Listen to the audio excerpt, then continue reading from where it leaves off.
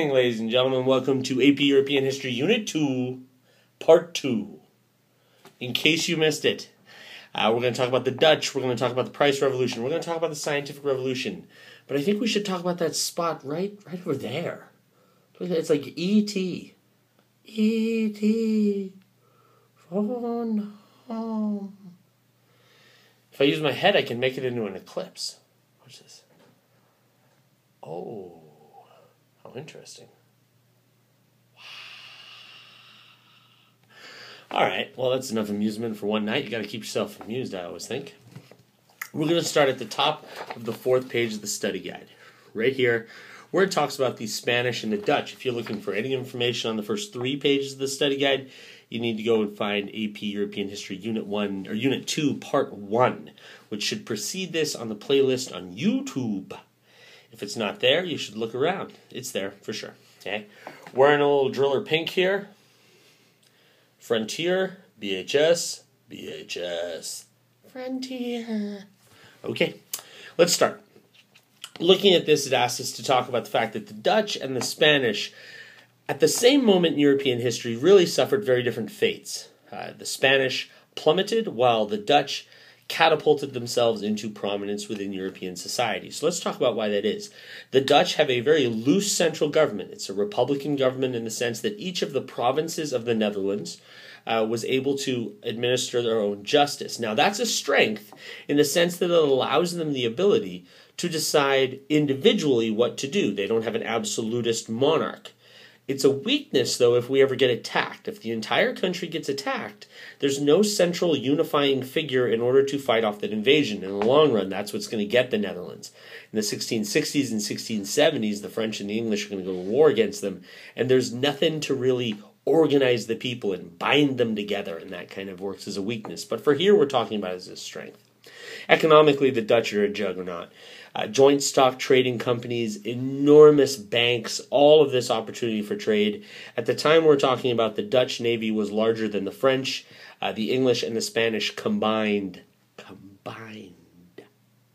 That is a huge navy.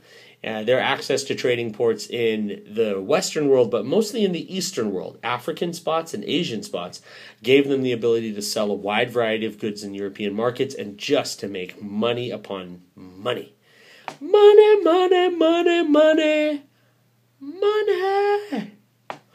Lastly, religious, and this is the key. I should have put this first, but I didn't. Religiously speaking, the Dutch are tolerant. They open the door to different religions and people from all over the place, and by doing so, they gain all of the religious outcasts of other societies. Now, just because they're outcasts doesn't mean they aren't nice people, and a lot of them tended to be wealthy or middle-class individuals looking for a great place to make money, and the Netherlands was that place. I said it in class today, and I will say it again here. The religion of the Netherlands was on paper Calvinism, but in reality, it was money. Speaking of money, let's talk about the Spanish. Right below it, we have the Spanish, who took an enormous pile of wealth that they had gained from the New World and tossed it away. Okay? Politically, the Spanish were ruled by an absolute monarch. In this time period, that's going to be Philip II, then eventually Philip III, and Philip IV, and then this guy named Charles II, who the book describes as a moribund half-wit. Not the sort of thing one puts on like a business card as a way to attract business. Hi, I'm a moribund half-wit. No, that's not a very nice thing to say about somebody. The absolute monarchy allowed Philip the ability to do exactly what he wanted to do. Now, you could say that's a strength, but in this case, it's a weakness because it meant that he had absolutely no limits on him. And one man's crazy, obsessive, which word do you want to use? I'm not sure. One man's addiction to the attempt to bring Catholicism back and make it the dominant religion of the Europeans led the Spanish into decline. Economically, they should have been very successful. Ample ports, huge navy, all the wealth of the New World, and nada. 7 times bankrupt, no middle class, no burgeoning industries to speak of, going backwards. Okay, religiously, they were, of course, Catholic and one of the most Catholic portions of Europe, and in that sense, a country that really lacked any strong ability to welcome in outsiders. Below that, we talk about mercantilism. Mercantilism is an economic theory that wealth is limited, and therefore wealth should be gained by competitive methods. If you have to fight for it and scrap for it, that's okay. It means you use tariffs to keep other countries' goods out and to assure that people buy your goods.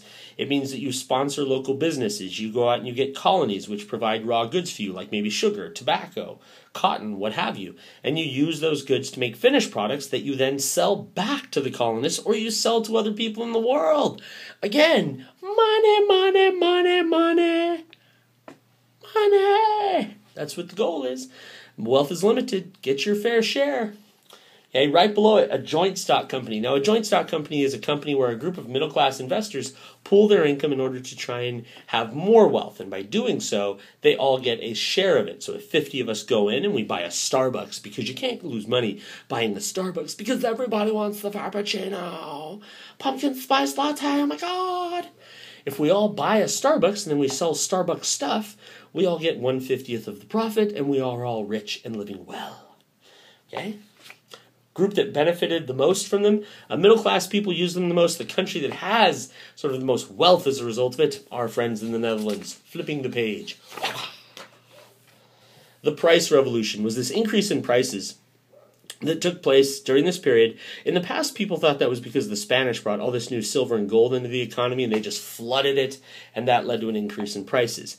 These days, we're more prone to think that the price revolution was caused by the fact that people started to live a little bit longer, and the rise in the population, while at the same time not having more land and more food, led to an overall increase in prices and no increase in wages.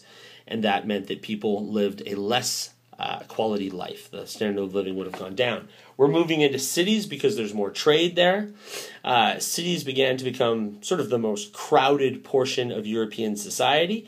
And we should also talk about the fact that peasants and beggars would have been there as well. We did a DBQ about this, where cities got so crowded they didn't know exactly how to handle the problem. Moving on to the issues of the scientific revolution.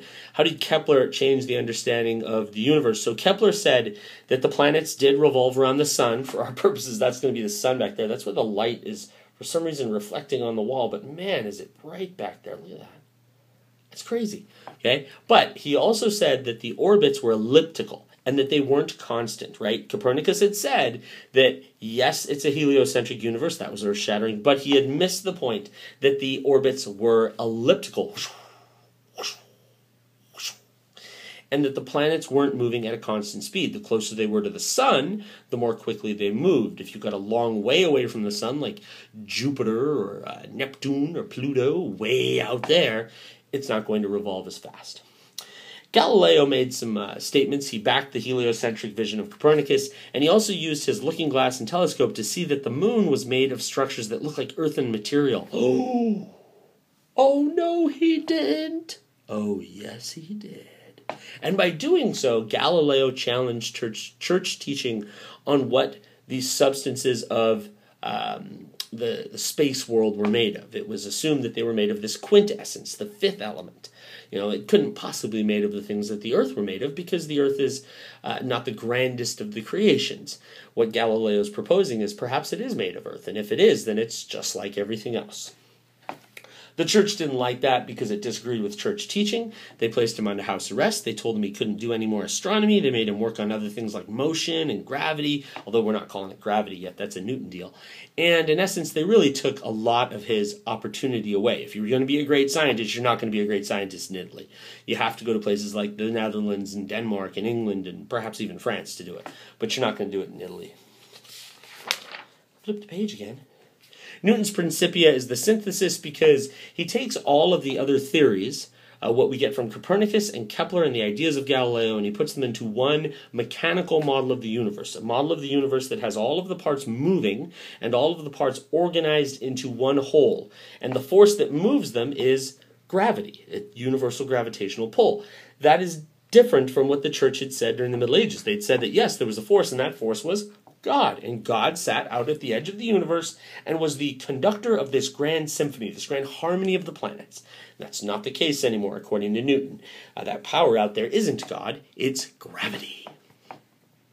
Vesalius wrote a book called The Fabric of the Human Body, in which he talked about the fact that the heart was the source of our blood. He's one of the first people to really take a good in-depth look at bodies using anatomical observation and what we call autopsies. William Harvey improved upon these theories to straighten out the fact that we only have one system of blood and not two, like Vesalius had said. Bacon and Descartes put forward theories about the scientific revolution and the scientific method in particular. Bacon thinks we need an organized set of principles that everybody follows, and it's Descartes who we see as the real organizer of doubt. Right? Descartes' the guy who really thinks that we must take away anything in the world that we know that we cannot absolutely prove and start only then from a bedrock certainty foundation, things that we are absolutely sure of in order to build upon our knowledge. Last couple of topics as I roll down the list, ladies and gentlemen. List reasons why Europeans hunted witches during the period. Witch hunting is an age-old practice. It's a way to blow off a little bit of steam if you're society, but during this period in particular, it's religious. From 1560 to 1650, the period we're studying, Europeans hunted and killed about 100,000 witches. They generally targeted women who were on the edge of society. Perhaps they were older, perhaps they were unmarried, or perhaps they were widowed because they killed their husbands. Witches around here, be quiet. Be quiet. Okay. It could also be that perhaps the person was poor and the town regulators didn't want to pay the price of having a poor person around. Or maybe it was a gender issue, a way for the men to remind the women that, hey, Luther might have said you had an important role, but our society is still male-based. Whichever theory you buy, by about 1650, the intelligent people in society had kind of moved on from this sort of superstition, and the witch trials came to a halt. The religious hysteria was over by then as well. But we shouldn't think that the average person moved on. The average person's view of superstition continues to be quite popular well beyond this period. Last things to talk about, the Mannerist art movement, which is art done in the manner of Michelangelo. So we're going to use distorted shapes. We're going to use more colors that are bright and also darker colors in order to try and bring forth the vision there. El Greco is the dominant figure of the Mannerist movement. And then the Baroque.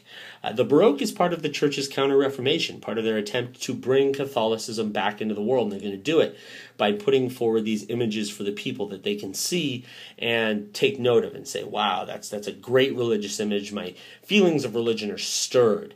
The fantastic works of Rubens are the most notable of the Baroque period. What are you going to see in Baroque paintings? It's not as organized, not the sort of form and strict lines of structure that we saw in the past. There's definitely a lot of chubby angels flying around, a lot of fleshy women, if you can understand my meaning there, and also a definite religious theme. Okay, we're trying to inform people on religious ideals overall.